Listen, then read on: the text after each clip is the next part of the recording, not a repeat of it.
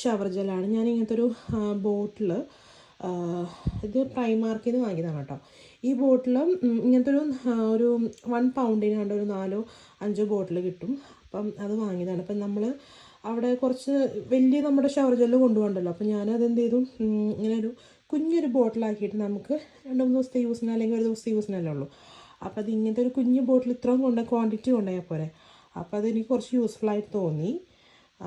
പിന്നെ എപ്പോഴും ട്രാവൽ ചെയ്യുമ്പോഴൊക്കെ ആണെങ്കിലും ഇങ്ങനത്തെ ബോട്ടിൽ യൂസ് ചെയ്യുകയാണെങ്കിൽ കുറച്ചുകൂടി നല്ലതാണ്. ബിക്കോസ് നമുക്ക് നമ്മുടെ വലിയ ബാത്ത് ലോഷൻ ആണെങ്കിലും അല്ലെങ്കിൽ ബോഡി ലോഷനൊക്കെ ആണെങ്കിലും ക്യാരി ചെയ്യേണ്ട ആവശ്യമില്ല. എസ്പെഷ്യലി ചില സ്ഥലത്തൊക്കെ പോകുമ്പോൾ പല എയർലൈൻസിലൊക്കെ ആണെങ്കിലും ലിമിറ്റ് ഉണ്ടാവും, ഇത്ര ml ലിക്വിഡേ ക്യാരി ചെയ്യാൻ പറ്റുള്ളൂ എന്ന്. ബിക്കോസ് ഞങ്ങൾക്ക് അങ്ങനെ ഒരു അബദ്ധം പറ്റിയതാണ്. റീസെൻ്റ്ലി ഞങ്ങൾ സ്കോട്ട്ലൻഡിലേക്ക് പോയപ്പോഴത്തേനും അവിടെ ഒരു നമ്മൾ